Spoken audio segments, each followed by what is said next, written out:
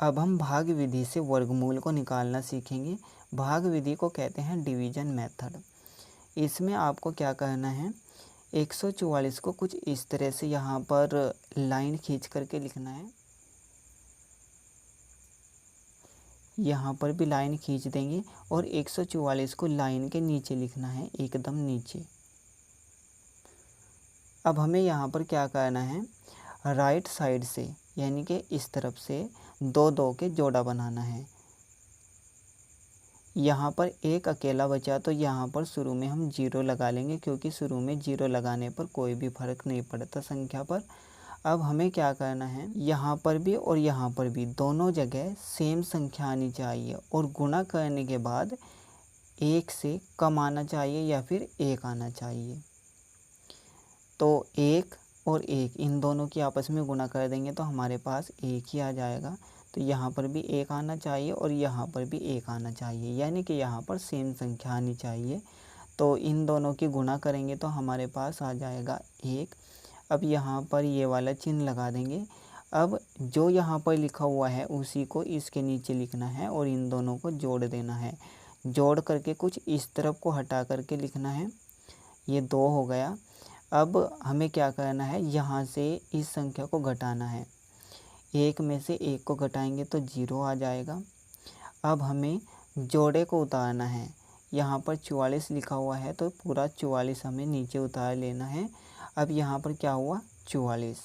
अब हमें यहाँ पर और यहाँ पर दोनों जगह पर सेम संख्या को रखना है और जो यहाँ पर रखेंगे, मतलब जैसे यहाँ पर 1 रख दिया और यहाँ पर भी 1 रख दिया तो 21 हो जाएगा यहाँ पर और यहाँ पर 1। 21 और 1 की गुणा करने के बाद क्या तो 44 आना चाहिए या फिर 44 से कम। अगर हम यहाँ पर 1 रखें तो यहाँ पर भी 1 आएगा तो 21 से कम 21 हो जाएगा, तो ये 44 से कम आएगा।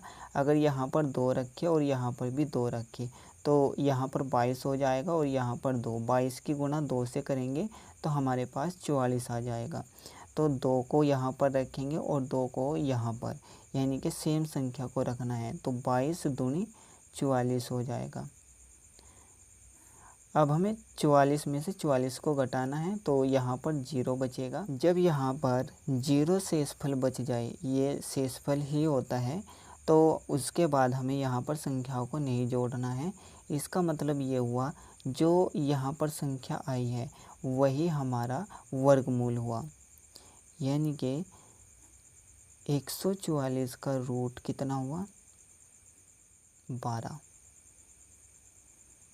इसी तरीके से 225 का भी हमें वर्गमूल निकालना है तो इसको भी हम इसी तरीके से लिखेंगे। यहाँ पर लाइन खींच लेंगे कुछ इस तरीके से और 225 को लिख देंगे यहाँ पर नीचे। अब यहाँ पर भी हमें राइट साइड से 2-2 के जोड़े बनाने हैं और जिसका जोड़ा नहीं बनता उसके सामने 0 लगा देनी है और जोड़ा बना लेना है। अब यहाँ पर भी हमें क्या करना है, यहाँ पर और यहाँ पर किसी ऐसी संख्या को देखना है जिससे कि गुणा करने के बाद यहाँ पर क्या तो 2 आ जाए या फिर 2 से कम आ जाए। अगर हम 1 को रखेंगे तो गुणा करने के बाद 1 आएगा। अगर दोनों जगह 2 को रखेंगे तो गुणा करने के बाद 4 आ जाएगा, यानी कि ज़्यादा हो जाएगा। तो हम यहाँ पर भी 1 रखेंगे और यहाँ पर भी 1 रखेंगे। इन दोनों की गुणा करेंगे तो हमारे पास 1 ही आ जाएगा। अब हम 2 में से 1 को घटाएंगे तो 1 आएगा, ठीक है। और यहाँ पर हमने 1 रखा है तो नीचे भी 1 को ही रखना है और जोड़ देना है। इन दोनों को जोड़ेंगे और थोड़ा सा इस तरफ हटा करके लिखेंगे तो ये 2 आ जाएगा। अब यहाँ पर हमें एक जोड़े को उतारना है तो यहाँ पर 25 है तो 25 को हमें पूरा का पूरा उतार लेना है। तो यहाँ पर आया 125। अब हमें यहाँ पर भी और यहाँ पर भी किसी ऐसी संख्या को रखना है जो इसकी और इस पूरी संख्या की गुणा करने के बाद 125 आ जाए या फिर 125 से कम आ जाए। अगर हम यहाँ पर 1 को रखें और यहाँ पर भी 1 को रखें तो क्या होगा, ये तो हो जाएगा 21। 21 की गुणा 1 से करेंगे तो हमारे पास 21 ही आ जाएगा, यानी कि 21 जो हमारा है वो 125 से बहुत कम है।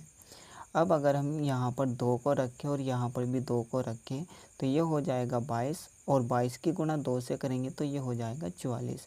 तो 44 भी बहुत छोटी संख्या है। इसी तरह से हमें संख्या को बढ़ाते हुए जाना है और देखना है कि 125 आता है या फिर 125 से कम संख्या। अब अगर हम यहाँ पर 5 को रखें और यहाँ पर भी 5 को रख दें तो यहाँ पर हो जाएगा 25 और यहाँ पर 5, यानी कि 25 पंजे हो जाएगा 125। तो हम 5 को रख देंगे और यहाँ पर भी सेम संख्या को रखना है।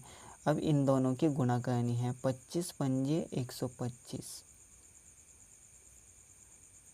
125 में से 125 को घटाएंगे तो हमारे पास शेषफल 0 बचेगा। तो हमारा जो वर्गमूल आया वो आया 15, यानी कि 225 का वर्गमूल कितना आया? 15।